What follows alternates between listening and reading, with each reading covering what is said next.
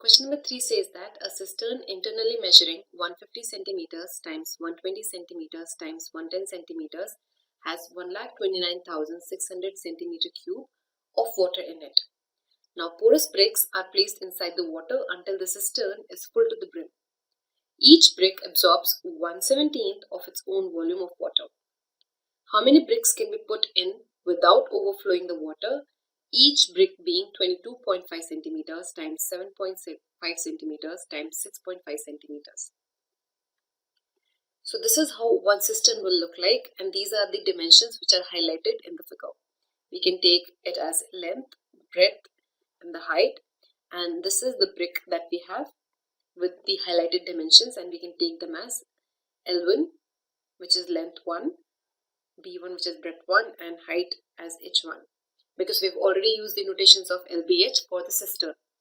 Now what we know from the question is that the cistern has water which is 1,29,600 centimeter cube in volume. So there will be some space left for some more water to come in. So what we do is we place a certain number of bricks inside this cistern. So now the bricks are not solid bricks, but they are porous bricks. So what they'll do is they'll absorb some amount of water which is already present inside the cistern, and hence will create more space for anything to come inside the cistern. So to start with, what we'll do is we'll find out the volume of the cistern.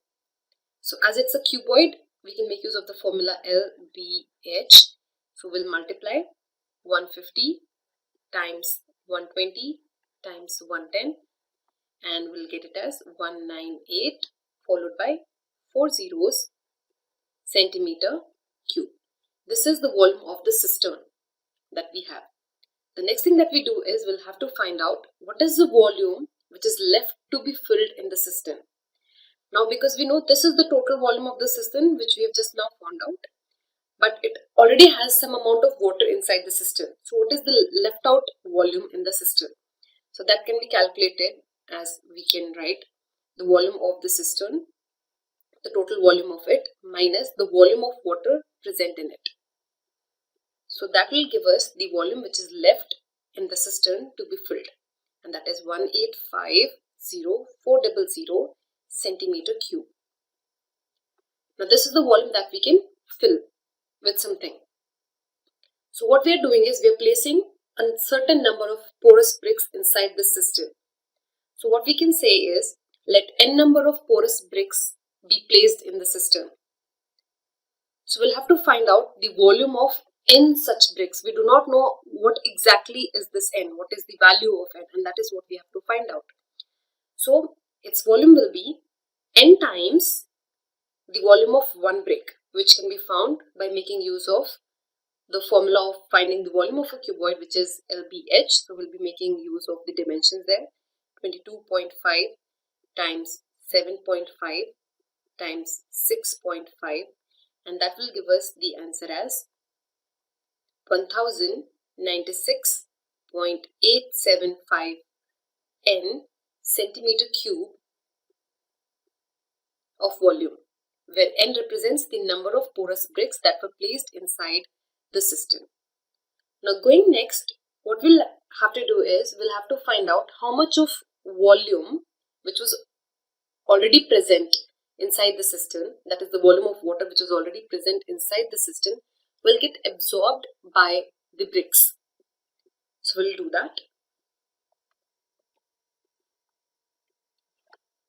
So we know that as each brick absorbs 1/17 of its own volume, therefore the volume absorbed by these bricks will be, we'll write it as n by 17, because n number of bricks we have and each brick absorbs 1/17 of its own volume. So that will be 1096.875.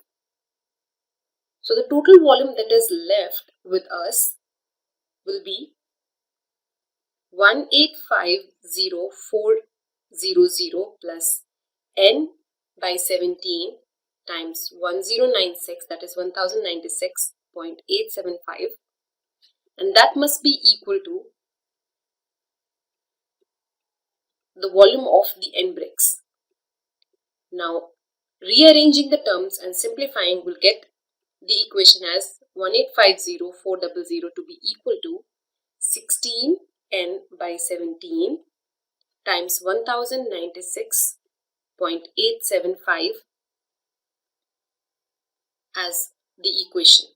So on again rearranging and simplifying, we'll get the value of n as 1792.41. So therefore the number of bricks will be 1792, keeping it as a whole number, and that is how we solve this problem. To learn more about how QMath can help you crack school and board exams, explore QMath Leap, a live online classroom program run by highly experienced and committed teachers.